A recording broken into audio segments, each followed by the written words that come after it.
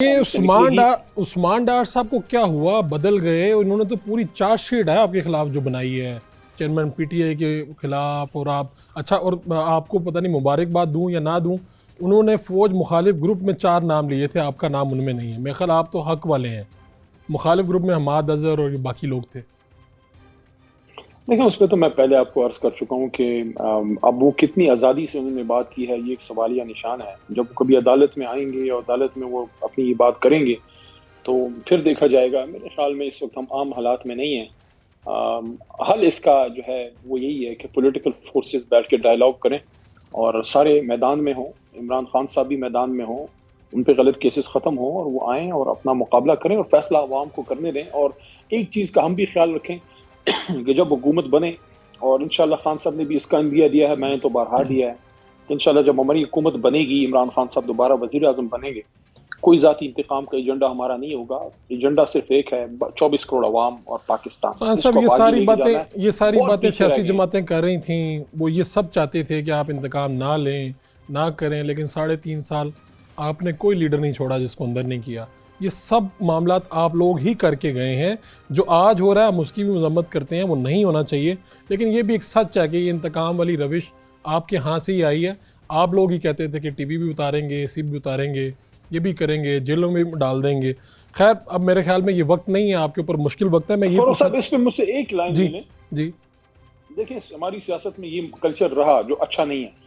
90s میں میاں صاحب نے جس طرح بی بی صاحبہ، ان کی والدہ صاحبہ کو ان کی جماعت نے ٹارگٹ کیا، پھر ایک دوسرے پہ کیسز بنے، سارا کچھ ہوا، تو یہ تو کلچر انہیریٹ ہوتا رہا ہے۔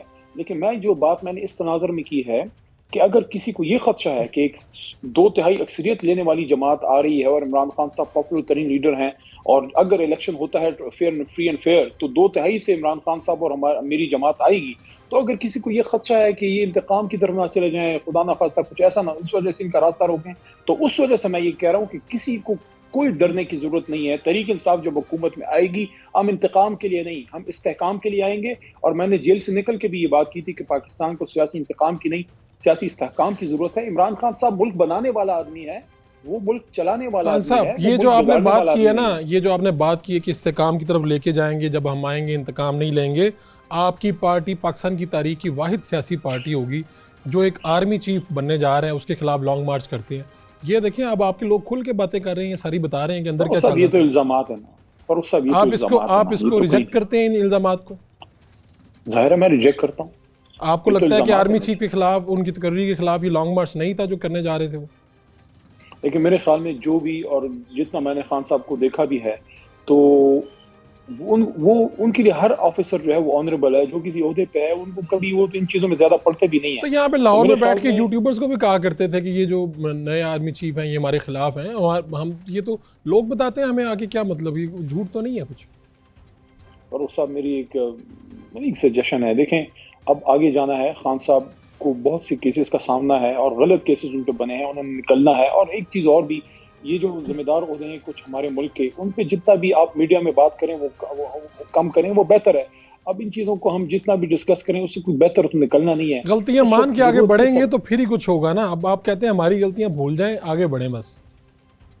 نہیں، غلطیاں دیکھیں، غلطیاں صرف ہم نے کیا غلطیاں کی ہیں؟ ہم نے تو پاکستان کے لیے سٹینڈ لیا تھا، کوئی ہمارے باپ دادا کی زمین تو نہیں کوئی دبا رہا تھا، کوئی ذاتی جائیداد کا مسئلہ تو خان صاحب کا امریکہ سے نہیں تھا، ایبسولوٹلی ناٹ۔ تو فاروق وڑائچ کے بچوں کے لیے کہا تھا کہ میرا ملک آزاد ہو گیا 75 سال پہلے، اب میں صرف لائٹ اسٹیٹ نہیں بننے دوں گا، اور یہ تو حقیقت رہی ہے کہ اس ملک نے بڑی طاقتوں کے لیے ہم یوز تو ہوئے ہیں۔ تو اگر آپ کا وزیر اعظم سٹینڈ لے رہا ہے تو آپ کے لیے لے رہا ہے، اب وہ بیچارہ اس کی قیمت بھی چکا رہا ہے۔ اچھا یہ بتائیں کہ یہ افواہ چل رہی ہے کہ کل پرسوں میں کہیں پہ اسلام آباد کے کسی اسٹوڈیو میں آپ کے کسی اہم لیڈر کو لے کے آئے ہیں جو غائب تھے پچھلے کئی دنوں سے، وہاں پہ کوئی انٹرویو ہوا ہے، آپ تک کوئی بات پہنچی ہے ایسی؟